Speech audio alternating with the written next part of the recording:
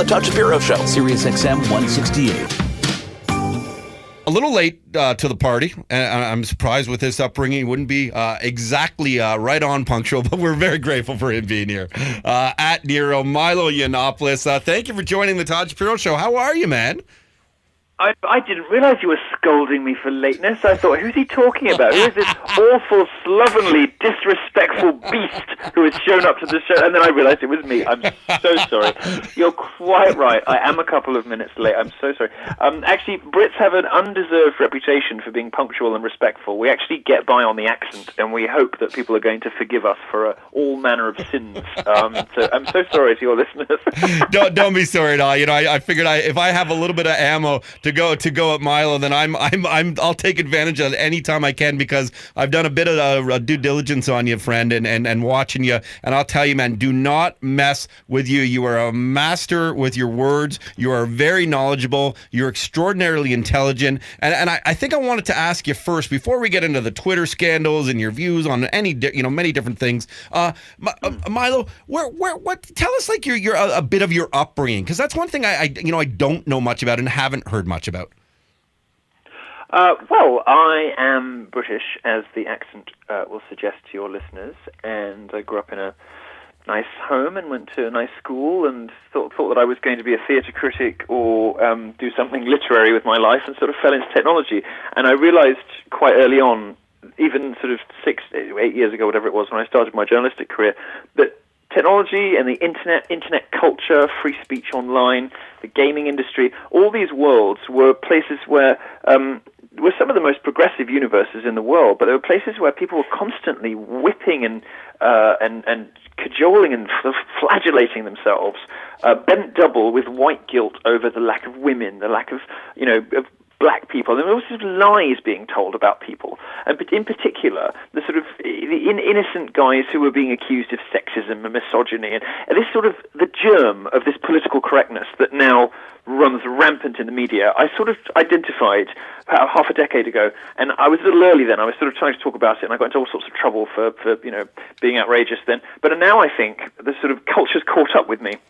And people have realized that what I was warning them about 5 years ago has arrived. So I've become a sort of cultural libertarian, an antidote, if you like, or at least that's what I try to be, to the sort of pearl-clutching, nannying, school-marmish, language-policing, social justice warriors and of the progressive left. The people who want to control what you can think and say, the video games you can play, the books you can read, the people who say that, TV ads are sexist, misogynistic, homophobic, transphobic, all that kind of nonsense. So I'm one of the loudest voices, if you like, on the internet, resisting all of that rubbish. Well, and you're brilliant in terms of whether it's self-promotion or now the hundreds of thousands of fans that you do have, and the people that appreciate you being for Candid and who you are in a day and age that you're right. We live in an overly sensitive culture, and I can tell you as an entertainer, as a radio show host, I feel handcuffed 90% of the time to the things I really want to say, as opposed to hey, sure, I just got to pander, and make sure that I don't offend anyone. And I get that game. For me, it's okay. For you, I mean, you work for a right-wing publication. You just come out and do it. Now, in terms of the things you do say, at the end of it all, we got to monetize our careers. Are you good in that department? Because often I find rich guys or rich ladies or whatever will say whatever they need to say. Is that part of the freedom for you to be so forward? Well, I'm not driven by money. I'm relatively comfortable, but I'm comfortable because I made money doing something else before I became a journalist.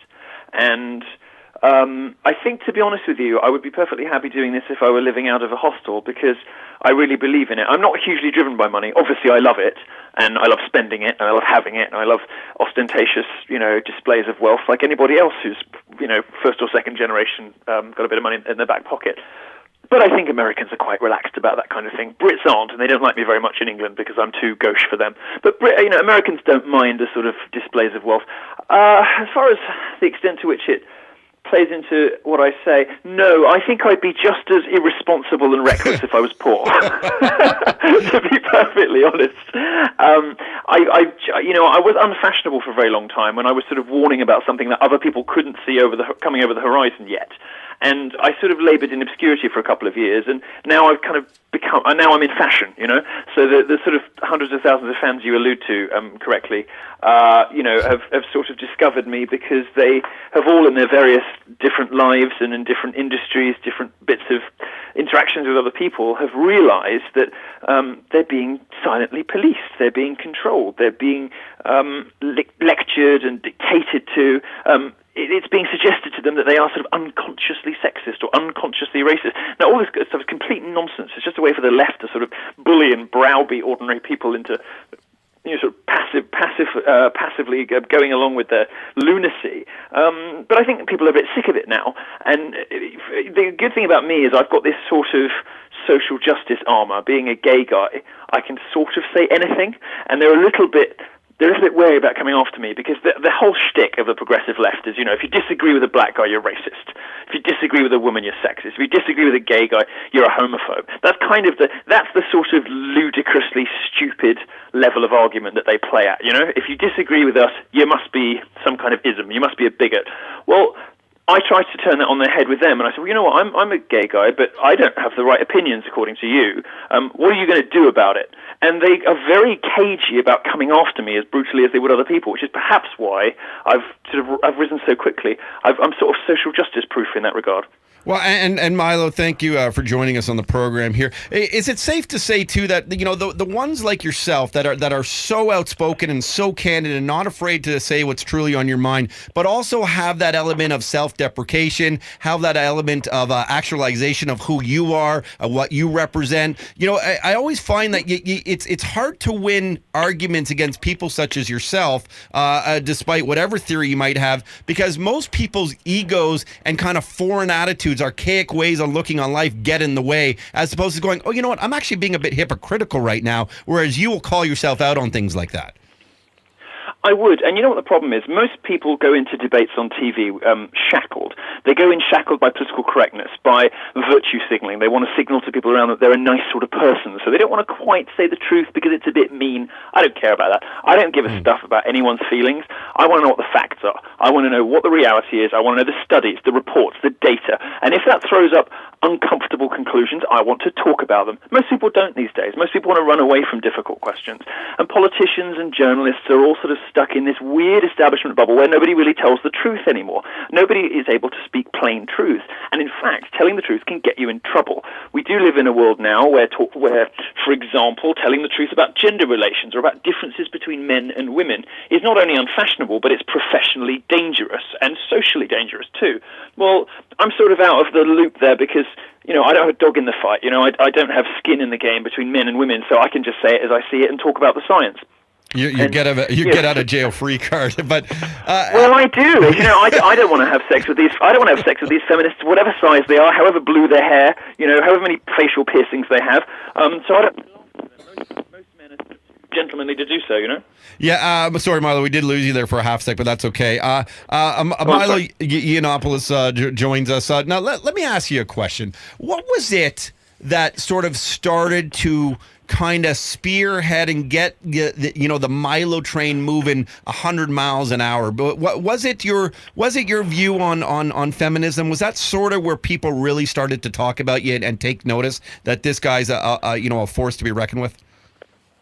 Well, there's two things, really. One was the video game industry, where I noticed that this sort of crazy press and a load of bonkers feminists were telling lies about people, and the whole games press were going along with these lies to seem like good people, and because the games press is uniformly progressive.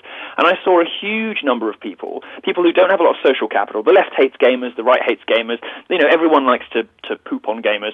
Well, they're actually really nice people. They're very smart people. They're creative and funny and interesting, and I got to know some of them, and I thought they were great, and I wondered why people were lying about them. So I started sticking up for them, and that made me very unpopular. And the second thing was the feminism. Sure, I don't have a dog in the fight, but what I do see from a sort of outsider's point of view, and I suppose it takes a bit of critical distance, is I see modern feminism turning into something a bit sinister. And it's got a lot more to do with man-hating and what Christina Hoff Sommers at the American Enterprise Institute calls female chauvinism, possibly even female supremacy, the sort of mean sociopathic bitchiness that comes with, you know, the hashtags kill all white men and all this sort of evil, weird nonsense you see from the far left. which is taking over public discourse. This is how we now talk in America about, being a straight white male. There's something wrong with that. Well, there isn't. There isn't anything wrong with that. It's pretty great, actually. And if there is a patriarchy, feminists should be grateful for it, because we're the ones that pay the taxes so that they can have kids. We're the ones that built the railways, the roads, got us to the moon, that built the internet. Maybe show a bit of gratitude and don't be such a bitch. The modern feminism has become something like female chauvinism, as Christina says, and I felt like I was the only person who was able to say it because nobody else wanted to. Nobody wants to be that guy. Guys are naturally chivalrous. They want to date. They want to be nice to women. They naturally want to be nice to women. And these sort of gender warriors have taken advantage of a man's natural politeness to say awful, untrue things about men and to tell lies about the wage gap, which is not true, lies about college rape campus epidemics, again, not true. And so I thought, well, if no one else is going to do it, I'll do it. You say a couple of untruths there, the wage gap. Why don't you expand on that a little bit? Well, there's this sort of babyish economics with which you can, if you want to, construct a wage gap, meaning the difference between what men are paid and what women are paid. Now, this is based on a number of falsehoods and a number of stupidities. If you divide the total amount of money made by men and the total amount of money made by women, you'll come up with a figure that is something like, 77 cents to the dollar, female to male. Well, that doesn't take into account women's different life choices. It doesn't take into account part-time work and full-time work. It doesn't take into account children. Once you control, as any serious economist would, for these various different factors, you find that the wage gap narrows to almost nothing. And then when you consider how much more men pay into the tax system because we die sooner, we do all the dangerous, difficult, dirty jobs, we do a lot of the well-paid jobs, maybe because we have a natural aptitude for physics and maths and things like that. Women don't seem to choose to be going into those subjects, not because there's some sort of sinister patriarchal conspiracy to keep them out of it, because they just don't choose to major in them. Well, if women want to earn more, they should switch their majors from English to engineering, but they don't. And when you take all this stuff into account, you realize that this great lie that has been fed to the public about the wage gap between men and women is nonsense. It's simply not true. Have you not factored in, though, perhaps the discouragement, the emotional level, that maybe ladies wouldn't take certain paths knowing that it might be tougher for them to find jobs, only because whether it's an old boys network or just people supporting one another? I mean, there has to be an emotional connection here, though. And, I'm a pretty factual guy, Milo, and I really do appreciate your openness. But there is times that, statistics and analytics and algorithms, they can't necessarily measure what you're saying. Some would deem a conjectural statement in terms of that the wage gap is in fact a falsehood. Well, I think that your argument leads us to quite a patronizing place for women, because what you're suggesting is that they have some sort of emotional disability or emotional disadvantage that means they're not as well equipped to deal with the world as men. I don't believe that. I think women are perfectly as capable as men at doing whatever they want to if they choose to. They just don't. And in all of these environments in which you're told that there is, sexist attitudes, the tech industry, the games industry, none of this stuff stands up to scrutiny. It's not true. And there's no systematic discrimination against women in anything. Women get more degrees, more women go to college, women get better grades in college. A 2015 Cornell study showed that women have a 2-to-1 advantage going for the same jobs in STEM fields, that's science, technology, and maths, over a man just because they have a pair of breasts. Right? The pendulum has swung very fast within a generation to the point that young boys of 20, 21, 22, they don't recognize the world that feminists describe because they're going through college. They're being thrown on Adderall when they're young because they're held up to female behavior standards. Exams are being changed in school to suit women, so more coursework and less exams because girls don't do as well as exams. When they get to college, there's endless foundations and grants and special classes and money available for women. Men are subjected to consent classes at university, the underlying subtext of which is you're all rapists. And then when they get into the workplace, they're systematically discriminated against. This is not the world that feminism describes. And if you want to suggest that women are somehow emotionally not as able to cope with the sort of terrifying male-dominated environments, this doesn't hold up either. Look at the women who go. I got to interrupt you real quick, Milo, and I don't like to interrupt, sure. but I don't think I was suggesting that, or I wasn't insinuating that whatsoever. I think I was just speaking from an emotional level, where I'm sure, much like you're saying, you're sure of certain facts, that some ladies would actually come out and tell you that. I'm not saying I'm not generalizing, and I think it's also a clever way for you to kind of speak out of both sides of your mouth to say, like, hey, listen, let's tell women that no, there isn't this massive wage gap. There actually is more pay equity than you think. But just so you know, in case you thought that way, hey, you can go and do whatever you want, girl. You go and get it. Well, women can. the thing is, the basis of this sort of wage gap mythology is a misunderstanding. It's a deliberate conflation by gender activists to confuse wages with earnings. What they're trying to suggest to women when they say women earn 77 cents to the dollar is they're trying to plant the seed, which is untrue, that a woman has to work the same amount of hours and put the same amount of work in as a man, but she'll only be paid 77 cents to his dollar. That never happens. It's against the law. When have you ever heard of that happening? Do you go to a department store and find out that the women in that department store are paid $30,000 a year and the men are paid $40 for the same? No, it doesn't happen. It's conflating wages with earnings. Wages for the two sexes are the same. And if women want to go into the high-level professions, there's no reason why they shouldn't. If you think there's some kind of sinister patriarchal conspiracy to keep women out of science and technology, if you think that, let's say, physics is a particularly male-dominated, hostile environment for women, and women are going to tell you they feel uncomfortable going into those professions, you have to explain why biology and veterinary medicine don't have that atmosphere. Because biology and veterinary medicine are dominated by women. It's just that women don't choose to go into physics, don't choose to go into maths, don't choose to go into computer science. When they do, they are welcomed with open arms. Look at the women who make successes of careers in those fields. They are mollycoddled, if anything. Look at the incredible press lavished on female tech CEOs.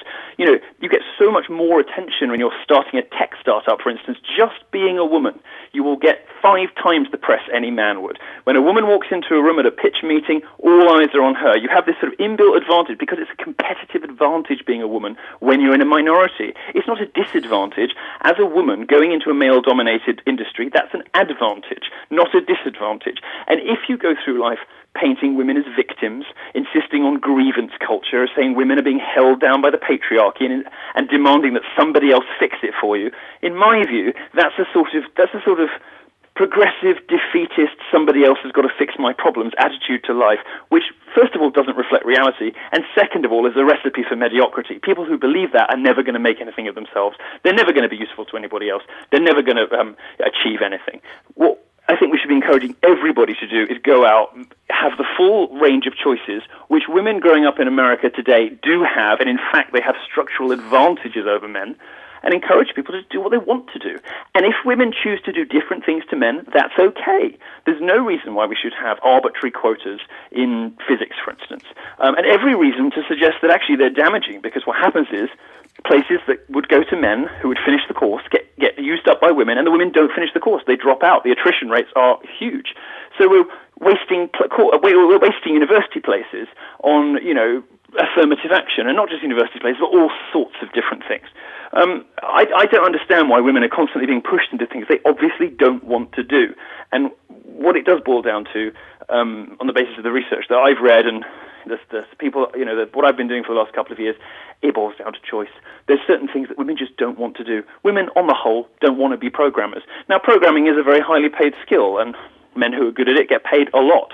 Women who are good at it get their pick of jobs. They can walk into any job anywhere. They'll be hired by anyone because everyone is desperate to hire women.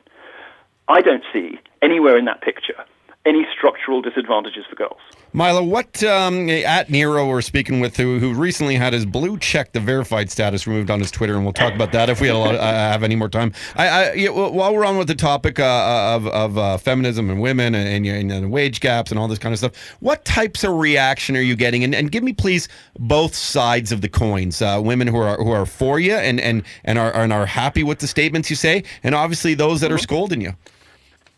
Well, I would say that my strongest supporters, when I talk about gender issues, are women. Consider the fact that in America, the number of women who identify as feminists, the number of women who will say, yes, I'm a feminist, has collapsed in just the last couple of years. It's gone from 28 down to 18% in just a couple of years. And that's a study reported on at Vox, not a right-leaning outlet, not somewhere that has any interest in misrepresenting the numbers. They would much prefer that it was the other way around, but they had no option but to report on this.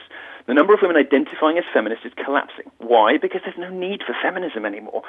Feminism has turned into this sort of nasty, man-hating, language-policing, far-left cult. Most women don't recognize the world it describes. And most women realize that, the majority of this the sort of feminism you see played out on the pages of BuzzFeed, Gawker, Vox, Mike, particularly Jezebel, Gawker's terrible, hateful feminist blog, are doing damage to men and women. So to answer your question, my most fervent supporters, the president of my fan club, for instance, a woman who loves me, and of course, as you would imagine, my most fervent supporters are women.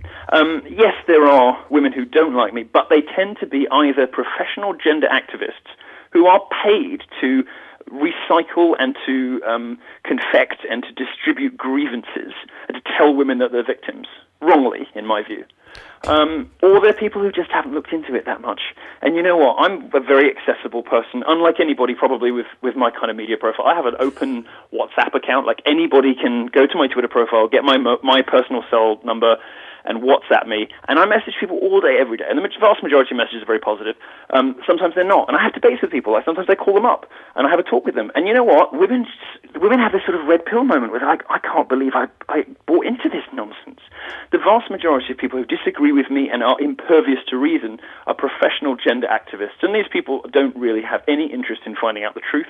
They have something to sell. And what they're selling is victimhood and grievance and dodgy statistics, and they are impervious to reason. My experience, these people are deeply dishonest, very mendacious people who are damaging the relations between men and women. Sure, I'm very divisive, and lots of people have to say in public they don't like me because I crack jokes and I use provocative language and I can be offensive. Well, I don't really care about people's feelings. What I care about is making people reconsider their assumptions.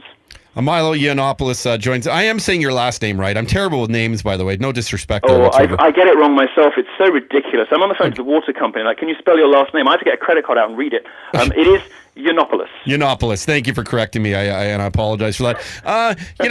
You're a fascinating guy, and a couple of things. You say people love you, but then you said earlier in the conversation that the British culture, you were kind of public enemy number one. People started disliking you there, and I got to tell you though, when I was watching some of the reports and you going on the BBCs and these types of massive publications over there in that part of the world, they did start off kind of whether it was a professional journalist or just a someone who's just used to reading from a teleprompter, who usually have difficulty formulating opinions. But they started off looking at you kind of with a sigh or with a little bit of a roll of the eye, almost giving you that unfair advantage. And me as a journalist, man, I just want to learn about people. And I'm not saying I'm going to agree with you or disagree with you on certain points. I'm going to wait till I get to know you, maybe have you on the conversation, on a phone call, on a bunch of different conversations with you, and then we can debate certain topics. But I like to what I like to do is exactly what you said. I think a lot of people unfortunately make the mistake of doing is they see a catchy headline, they say a quick tweet, and then all of a sudden what they do is they go, oh, this guy's the biggest asshole in the world. Where I think there are some things obviously you make sense of, and some stuff is ridiculous. I do think that, but that's a time for that. Tell me something that's ridiculous. Go for it. Well, yeah, I don't want to get into the debate, because I don't have a lot of time today, but I want to get to know you okay. Because I don't know if you're well known. Listen, we're here on SiriusXM, which gets to 31 million people. We put it up on iTunes later, and we're very popular within the Canadian community. And I'll be honest, I had a couple of listeners reach out to me and said, you got to get to know this Milo character at Nero on Twitter. And that's what I've been doing over, I really spent my weekend kind of getting to know you. You're amazing, you're compelling, you're engaging. And I just wonder that this message, part of it I think can be obviously negative, and part of it there you sort of, there's light at the end of the tunnel. A lot of things you say, I wonder if it's just how you go about saying it, the offensive way, which is in this day and age, which is really what freaks people out. Can you do it? Is there ways to get people without being kind of, and I apologize for this kind of crass statement, but being so kind of egomaniacal? Like, can you do it a little bit with, can you do it with a little more humility? No, why should I? No, I mean, look, people enjoy the spectacle of me and my personality, the fact that I'm endlessly posting pictures of myself on Twitter, the fact that, I'm very self-involved. I don't mind you saying so. And my argumentative style can be, very, a bit of a steamroller and whatever. But look, we live in an age now where it isn't just some people, it's most people who are sick of boring political correctness, people trying to be nice to each other. You'll forgive me that, the sort of Canadian habit of apologizing and never getting around to actually saying anything, tiptoeing around etiquette and nonsense. Yeah. People are crying out for direct answers. They're crying out for clear, plain honesty. And this explains the rise of Sanders and Trump in America. It explains the rise of Corbyn and Farage in the UK. It explains to some extent the rise of Trudeau.